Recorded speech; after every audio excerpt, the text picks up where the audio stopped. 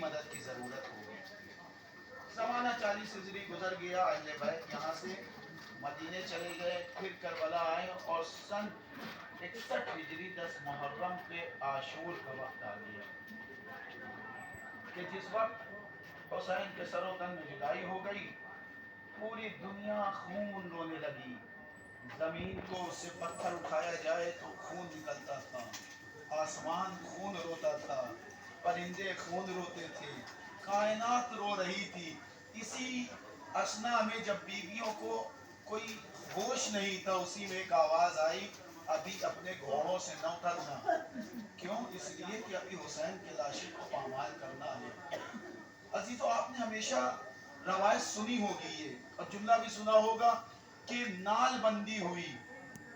سنا ہے مسائل میں کہ گھوڑوں کی نال بندی کی گئی۔ نال بندی معلوم ہے کیا ہوتی؟ گھوڑے کے پیر میں لوہے کی نال لگائی جاتی ہے۔ نال کئی طرح کی ہوتی ہے۔ اگر یہ مسائل میں آپ تک پہنچا لے گیا تو میں سمجھوں گا آج کا جو سفر جو ہم نے شروع کیا ہے وہ سفر آپ تک پہنچا لے گیا۔ نال کیا ہوتی ہے؟ گھوڑے کے پیر میں لوہے کی ایک نال لگائی جاتی ہے۔ وہ کئی قسم کی ہوتی ہے، جس زمین میں جیسے گھوڑے کو چلنا ہو اس اعتبار سے وہ نال ہوتی ہے۔ اگر ریت میں چلنا ہے تو نال دوسری لگتی ہے، اگر جو ہے زمین پہ چلنا ہے تو نال دوسری لگتی ہے، اگر پہاڑ پہ چلنا ہے تو نال دوسری لگتی ہے۔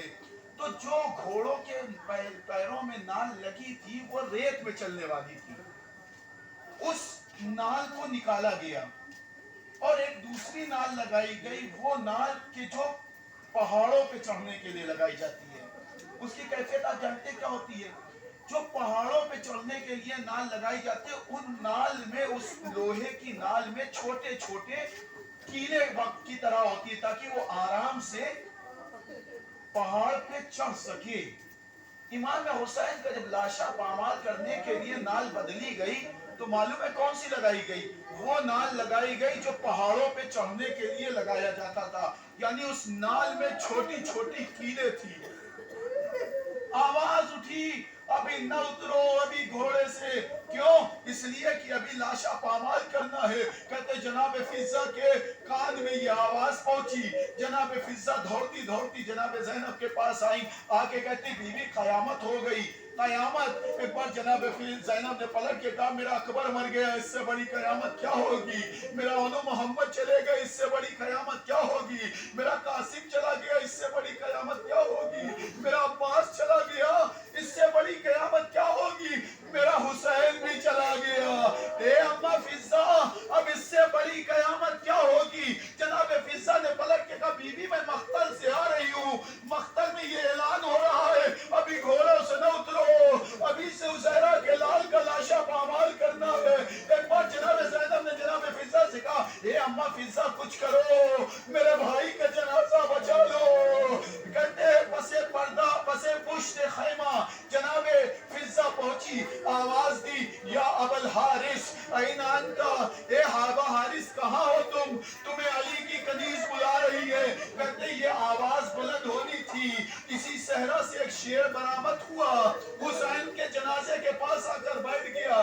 لوگوں نے شیر کو دیکھا، پیچھے ہٹ گئے۔ جب شیر مطمئن ہو گیا کہ اب لوگ پیچھے چلے گئے ہیں، اب شاید حسین کا جنازہ بچ جائے گا، تو کہتے وہ شیر پھر صحرا کی طرف پلٹا، مگر کیا غضب ہو گیا اس شیر کا پلٹنا تھا۔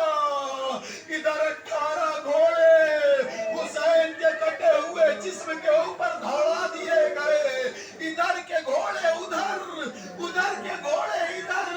امام زمانہ نے سلام کیا، سلام ہو اس جسم مقدس پر جس کو اس طرح سے پامال کیا گیا کہ دائیں طرف کی پسلیاں ٹوٹ کر بائیں طرف آ گئی، بائیں طرف کی پسلی ٹوٹ کر دائیں طرف آ گئی۔ نہیں جملہ سنیے، کچھ ایسا پامال کیا کہ بہن بھی پہچان نہ پائی۔ 11 محرم کو اسی جنازے سے پوچھ رہی تھی انتا اخی الحسین، کیا تو میرا بھائی حسین؟